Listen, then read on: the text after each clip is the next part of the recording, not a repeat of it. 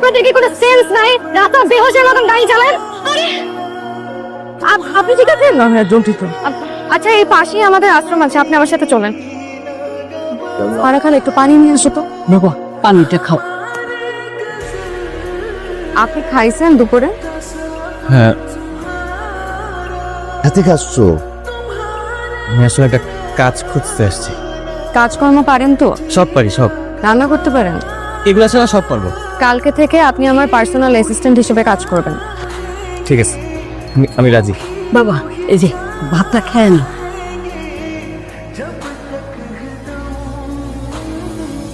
তো দারুণ খাবার। আমি এত বছর খাবার আমি কখনো খাই নাই। ম্যাডাম। কয়টা বাজে? Sorry madam. আমাকে ম্যাডাম ডাকবেন না। কি ডাকবো? আপু ডাকতে পারেন। আচ্ছা না, আপু না ডাকি, দেখলে ম্যাডাম ম্যাডাম ফিল হয়। যাইবা কোথায় এই যে যাবে? মনাবাজার। কত নিবা? 70 টাকা। চলো। এখান থেকে এখানে 70 টাকা ভাড়া হয়। 40 টাকা দিয়ে না পা। 30 টাকা যাবেন আপনি? 30 টাকা মানে 30 টাকায়। উঠেন। আপনার বয়স কত? গতকাল তো করলা কিনলাম 35 টাকা কেজি, আজকে 50 টাকা হয়ে গেল। 2 কেজি নিব। 80 টাকা রাখেন। চুরি করার অভ্যাস আছে? হ্যাঁ মানে আগে যে ছিল সে প্রতিদিন 50-100 টাকা করে মারতো। না না না, চলেন। চোখ বন্ধ একদম। কি হচ্ছে আমি বুঝতে দেখেন আমার কোনো দোষ নাই, ওরা আমাকে হাত। জানি আমি, কিন্তু ওরা এক একটা বদের হাড্ডি। দেখেন এই বয়সে বাচ্চারা তো একটু দুষ্টুমি করবে। এই বয়সে আমিও দুষ্ট ছিলাম, নাম শিওর এই বয়সে আপনিও দুষ্ট ছিলেন। আপনার কেন মনে হলো আমি দুষ্ট ছিলাম? আমার তো মনে হয় আপনি এখনো দুষ্ট। কি হয়েছে? কি হয়েছে? আমাদের এই আশ্রমের জন্য বিদেশি একটা সংস্থা থেকে অনুদান আসতো, গত 15 দিন যাবত হঠাৎ করে বন্ধ হয়ে গেছে।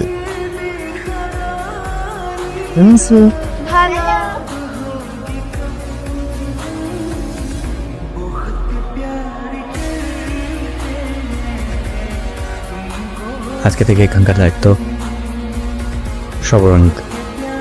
Thank you.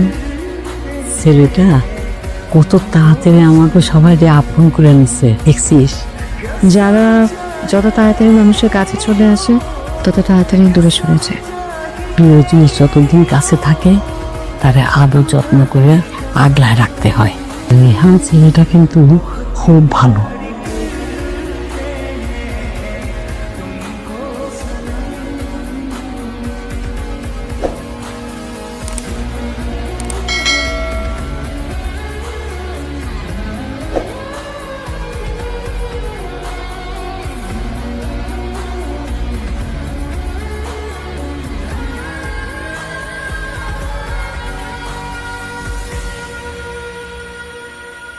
আপনারা কে? আপনি আমাদেরকে চিনবেন না, এই বাড়ির মালিক একটু ডাকেন, তার সাথে একটু ব্যবসায়িক আলাপ আলোচনা আছে। আমি মালিক, বলেন। আমাদের স্যার এখানে একটা কমার্শিয়াল বিল্ডিং বানাবে, আপনি জায়গাটা ছাইরা দেন, তাতে আপনার মঙ্গল হবে। একবারও আপনাকে এই কথা বলছি যে আমি এই জমি বিক্রি করব?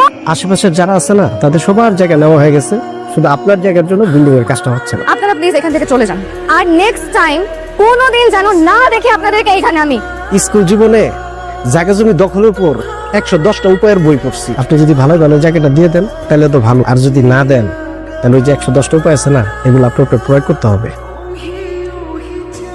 আপনার অনেক ভালোভাবে বুঝে আসছিলাম, আপনি জিনিসটা বুঝেন নাই। কিছুদিন পর কারেন্টের মতো বাড়িটাও যাইব। ভালোই ভালোই কইতাছি বাড়িটা ছেড়ে দেন, আপনার মঙ্গল হইব। আপনার সাথে আমার কিছু কথা আছে। তা তো নিশ্চয়ই। আশ্রমের বিষয়ে শুনেছি ওখানে ইলেকট্রিসিটির প্রবলেম, পানির প্রবলেম। মাথা ঠান্ডা করে বস বস বস। আমি আশ্রমের ব্যাপারে কথা বলতে এসেছি, যে প্লটটা নিয়ে আপনারা উঠে পড়ে লেগেছেন। আচ্ছা আচ্ছা, আপনি কি নিজের পরিবর্তন ছাড়া কিছু চিন্তা করতে পারেন না? এতগুলো অসহায় মানুষ আশ্রম ছেড়ে দিলে কোথায় যাবে? মা জননী, এইগুলা নিয়ে তুমি একদম ভেবো না, ওদের সমস্ত ব্যবস্থা হয়ে যাবে। আপনি কি ব্যবস্থা করবেন? জায়গায় জায়গায় ওদের থাকার ব্যবস্থা করে দেবেন? সেটাও যদি করেন কতদিন করবেন? উদ্দেশ্য হাসিল হওয়া পর্যন্ত। মা জননী, আমি একজন ব্যবসায়ী মানুষ। এত টাকা নিয়ে আপনি কি কবরে যাবেন?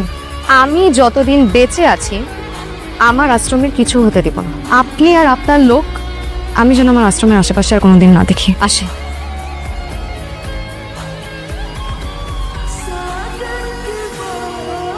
এনি কে? এটা আমার ছেলে রেহান চৌধুরী।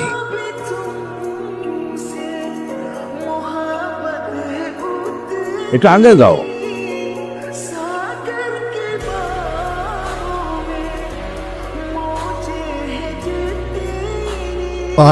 তোমার দাঁতজান চলে আসছে, বসেন নাস্তা করেন। হ্যাঁ, না বাবা, আমি একটু বাইরে যাবো। আপনি বাইরে যাবেন এই কথা শোনার সাথে সাথে তো আমার বুকের মধ্যে কেমন যেন ধরপড় করে ওঠে। ওর বাবা, কি যে বলো না তুমি মাঝে মধ্যে। কত লক্ষ্য ছিল আমার, তুমি খালি শাসন। আপনি কে? কে আপনি?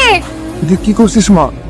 স্যারের নাম রেহান চৌধুরী, সেলিম রেজা চৌধুরীর একমাত্র ছেলে, যে আমাদের এই আশ্রমের জায়গাটাকে কমার্শিয়াল প্রপার্টি বানাতে চায়। আর সেটা হাসিল করার জন্যই স্যার এখানে এসেছেন। তুমি আমার আর একটা মিথ্যা না, আপনি হলেন একটা খুনি। আপনি আমার মুখটা চাচাকে মেরে ফেলেছেন। আপনি টাকার জন্য মানুষ খুন করতে পারেন, তো কোনো মানুষের সামনে মিথ্যা অভিনয় করলেন একটা প্রপার্টির জন্য। উপরে যে কি জবাব দিবেন? আপনি হলেন একটা জানোয়ার। আপনি আমার আশ্রম থেকে বেরিয়ে যান, বেরিয়ে যান আমার আশ্রম থেকে।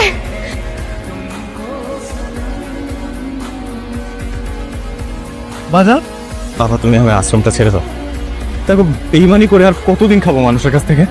আমাদের আর কত টাকা প্রয়োজন, তুমি আমার বুঝো তো একটু। আমি এগুলা কার জন্য করতেছি? সব তো তোমার জন্য। বাবা, আমার এত কিছু লাগবে না বাবা, আমাদের কোনো কিছুর কমতি নাই, কিন্তু এই মানুষগুলো অসহায় বাবা। আমার ছেলে যা চাইতেছে তুমি কিন্তু সেটাই করবা, ব্যাস। তুমি চাও যে আমি আশ্রমটা ছাইড়া দেই? হ্যাঁ বাবা। আচ্ছা ঠিক আছে, তুমি যেটা চাইতেছো সেটাই হবে।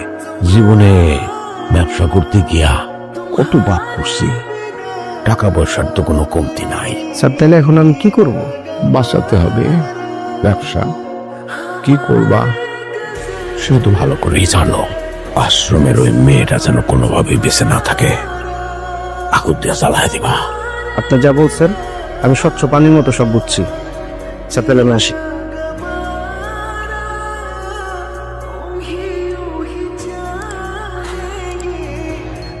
আপনাকে একবার বলছেন এই আশ্রমে আর কোনোদিন না আসতে। আপনি কোথায় যাচ্ছেন আপনি?